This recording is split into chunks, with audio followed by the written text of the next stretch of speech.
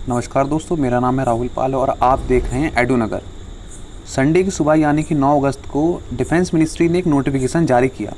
Notification में ये था कि अब भारत जो 101 आइटम्स यानी कि ऐसे इक्विपमेंट, राइफल, मिसाइल जो हम भारत दूसरे देश से मंगाते थे अपनी सेफ्टी के लिए, अब वो भारत के अंदर ही मैन्युफैक्चरिंग किए जाएंगे।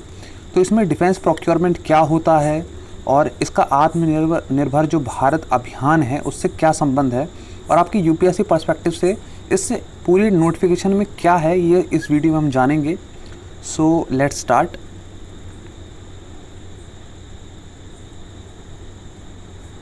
तो आप देख सकते हैं कि यहाँ पे हिंदुस्तान टाइम्स की खबर है, Rajnath Singh announces import ban on 101 defence items. Okay, so before you going further, हमें ये भी जानना ज़रूरी है कि भारत के लिए ये जो इंपोर्ट बैन कराना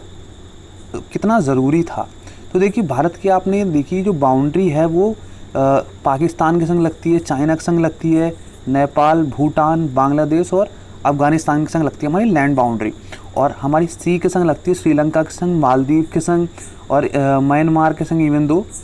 तो हमें ये जानना ज़रूरी है कि इनमें से कौन कौन से ऐसे पड़ोसी हैं जिनसे हमें सबसे ज़्यादा खतरा है। तो हमें इतना तो हमें छोटे से पता ही है कि जैसे पाकिस्तान है, ये एक न्यूक्लियर स्टेट है, और अभी जो गलवान वैली में जो इंसिडेंट हुआ जिसमें हमारे 20 जवान शहीद हो गए, उससे भारत को एक चीज़ समझ में आ गई कि हमें डिफेंस पर खर्च करने की ज़रूरत है, और हमारे जो जम्मू कश्मीर का जो रीजन है ये वाला, इसको हमें थोड़ा सा मजबूत करना है। लेकिन इसके साथ ही हमें ये देखना है कि हमारे जो इंटरनल मैन्युफैक्चरिंग है उसको कैसे बढ़ावा दिया जाए। ओके, तो डिफेंस मिनिस्टर राजनाथ सिंह ने जो बोला, जो नोटिफिकेशन जारी किया, उसमें सीधे तौर पर ये बोला गया कि जो आत्मनिर्भर भारत और जो सेल्फ इंडिपेंडेंसी की हम बात कर रहे हैं इसकी, उसकी तरफ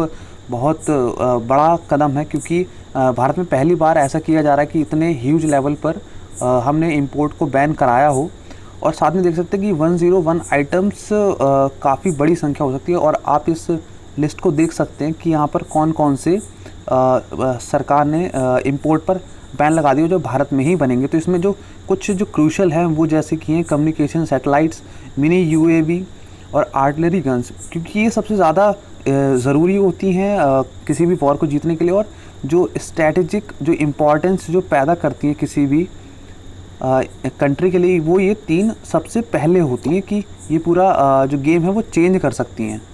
तो ये तो हमने देखा कि भारत सरकार ये पूरा कदम उठाएगी आत्मनिर्भर भारत और सेल्फ डिपेंडेंसी की तरफ, लेकिन इससे पहले देखना होगा कि इसको फाइनेंशियल सपोर्ट भारत सरकार कितना दे रही है, ताकि ये हम फुलफ़िल कर सकें अपना एम आत्मनिर्भर भारत की तरफ, और मैन्युफैक्चरिंग को हम बूस्ट देंगे। तो देखिए, मोदी सरकार ने इस साल जो करंट ईयर 2020 और 21 का है, जो फाइनेंशियल ईयर 2020 और 21 का चलेगा,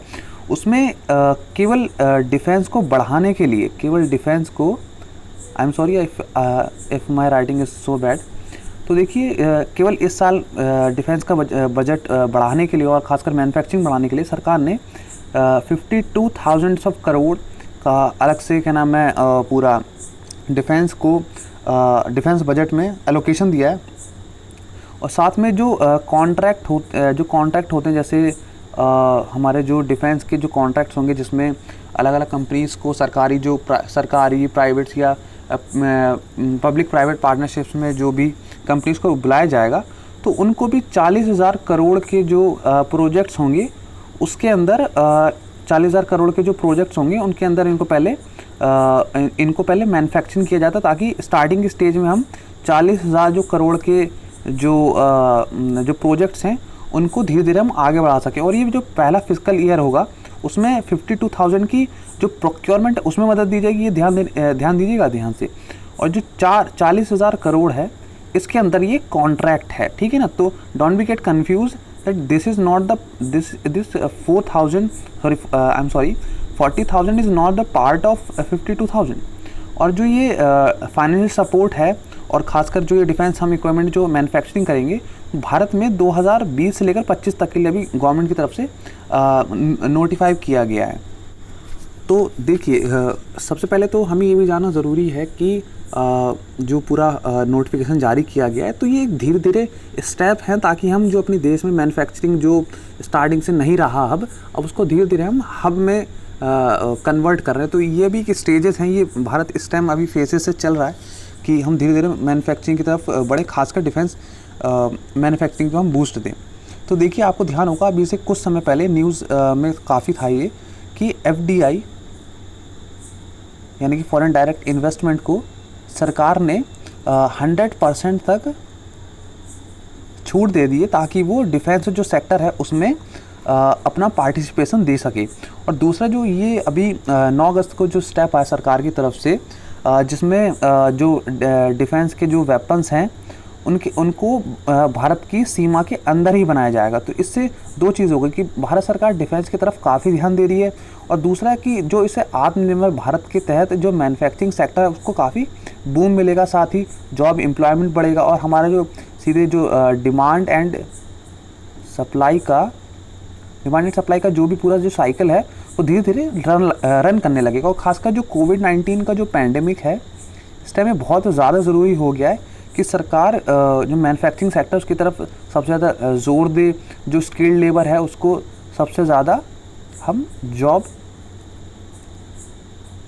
दे सके। ठीक है, तो ऊपर आप साथ में ये भी देखिए कि जब हम डिफेंस से अपना बचाएंगे पैसे,